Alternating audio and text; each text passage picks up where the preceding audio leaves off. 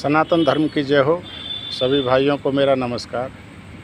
मैं इस वीडियो में एक कहानी के द्वारा आपको ये समझाना चाहता हूँ कि मनुष्य को कैसी जगह पर रहना चाहिए, किन लोगों से दोस्ती करनी चाहिए और मनुष्य की आवश्यकताएं क्या होती हैं। एक जंगल में एक शेर रहता था।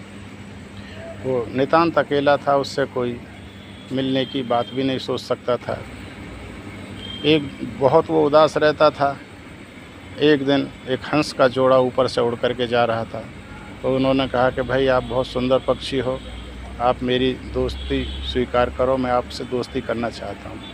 हंस बोले कि भाई आप स्वभाव से हिंसक हो और हम आपसे कैसे दोस्ती करेंगे। उन्होंने कहा कि मैं आपको वचन देता हूँ कि आपको मैं मारूंगा नहीं, और फिर भी आप तो उड़ने वाले हो, मैं ज़मीन पर रहता हूँ, आप पेड़ पर घोंसला बना करके रह सकते हो, आप देश विदेश की बाहर की यात्रा करते हो, मुझे तो जंगल से निकलने के लिए समय ही नहीं है और ना मैं जा सकता हूँ, तो मुझे आप वहाँ के भी हालचाल सुनाया करो। हंस के जोड़ा को ये दोस्ती की बात पसंद आई और वो वहाँ रहने लगे। उसको उनसे बातचीत करते करते समय गुजारने लगे। शेर बुढ़ा हो गया तो शेर ने कहा कि भाई अब मैं आज रात मर जाऊँगा और यहाँ दुष्टों का डेरा हो गया, आप यहाँ से चले जाइए, क्योंकि यहाँ चूहे और रात में उल्लू और कौवाओं का यहाँ बसेरा है और आपको अब यहाँ कोई सम्मान नहीं मिलेगा।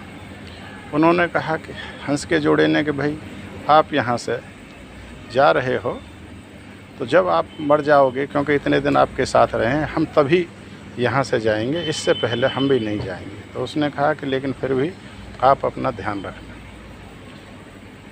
रात्रि के पहले पहर में शेर मर गया। मरने पर जो चूहे उस पेड़ के नीचे रहते थे, उसने उनको खाल को काटना चालू कर दिया। कौवाओं ने भी उसको खाना चालू कर दिया। उल्लू जो रात में थे उन्होंने भी खाना चालू कर दिया। देख करके हंस और हंसनी बड़े परेशान हुए। तो हंस ने कहा कि भाई अब रात में नहीं चल सकते, चलो ऊंची डाली पे बैठ करके रात बिताते हैं, सुबह चल देंगे।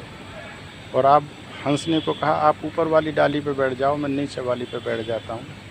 और हंसनी ने समझाया कि फिर भी रुकते हैं, संकट है, आप सुरक्षित रहना, और ना हो तो रात को जाग करके काट लेते हैं। उन्हें रात में जागने का अभ्यास नहीं था।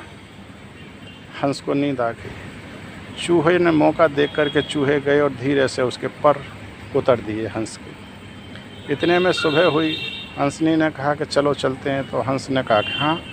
जब वो उड़ने को तैयार हुआ तो उड़ नहीं पाया। उसने कहा भाई मेरे तो पंख ही नहीं है। तो हंसनी ने कहा कि ये दुष्टों का काम है, अब एक काम करो, आप मेरी कमर पर कैसे बैठ जाइए और मैं आपको लेके चलती हूँ।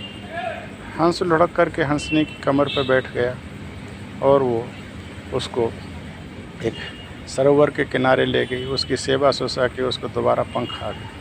कहानी का बस इतना ही सार है और इससे यही सीखना है कि हम कैसे लोगों में रहें, किन की सलाह माने, किन की ना माने। जय हिंद, जय भारत।